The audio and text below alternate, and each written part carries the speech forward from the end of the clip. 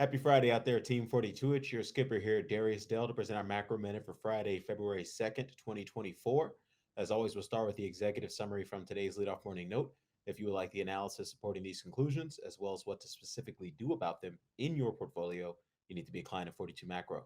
So we'll start with today's key macro event, which is the January jobs report comes in hot, and cold.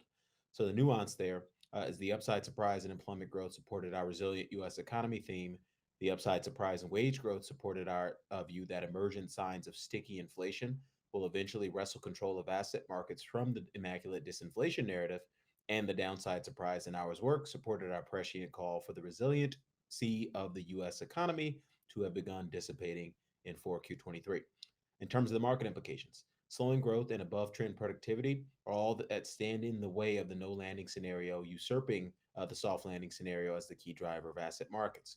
While we are not of the view that outcome is likely to happen in the short to medium term, we remain of the view that a cross asset correction is underway.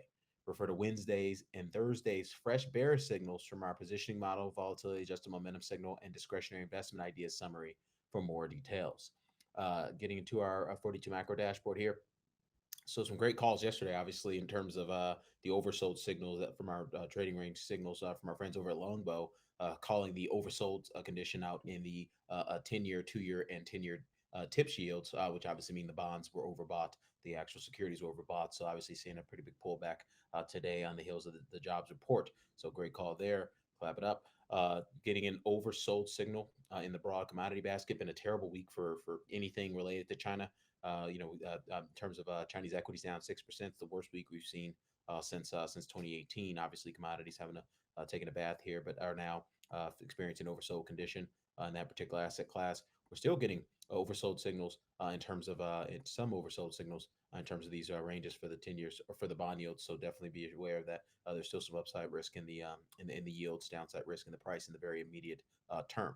Transitioning to my 42 macro dashboard here, getting a question from our one of our clients asking, productivity growth up, unit labor costs up slightly, but less than forecast, big spike in job cuts. Does all that support immaculate disinflation and Goldilocks? And the answers with respect to productivity growth accelerating to a well above trend pace.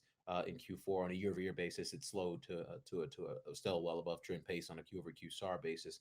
So that obviously supports immaculate disinflation. Productivity is high. It allows corporations it reduces margin pressure on corporations. That's the number one kind of benefit from having above trend productivity growth. And when you reduce that margin pressure on corporations, you reduce their need to pass on wage increases to consumers. You also reduce their need to just shed costs broadly in order to protect profits. So that's obviously positive for the soft landing scenario. Anything positive for the soft landing scenario is obviously positive for the Goldilocks market regime. Labor costs were up slightly, but less than forecast, and they are well below trend, particularly on a Q over Q SAR basis. So we continue to see positive signs from the macro economy, positive signals rather from the macro economy onto the micro economy, and we got great results from Meta and Amazon last night, and a lot of the commentary on those calls were really sort of in the direction of supporting the sort of positive productivity trend that we've been highlighting since late October. So it's all part and parcel of the kind of soft landing trade that's underpinning the soft landing narrative that's underpinning the Goldilocks market regime. As I mentioned, our quantitative risk management signals, kind of flagged elevated risk of a market correction starting on Wednesday this week. So I think we are in that corrective phase. But when investors should buy the dip, what should they be buying the dip in, and obviously what the outlook for asset markets over the medium term. That stuff is all obviously reserved for our paying customers here at 42 Macro. So we'll wrap it up there. Darius Dale presenting our macro minute for Friday, February 2nd, 2024. We got our macro scouting report for February coming out this afternoon. So I know our Team 42 community is very excited about that. Going to be a great presentation walking you through all the critical macro and policy dynamics that'll likely impact asset markets over the medium term. So medium and long term. So we'll wrap it up there. Everyone have a great weekend. Cheers.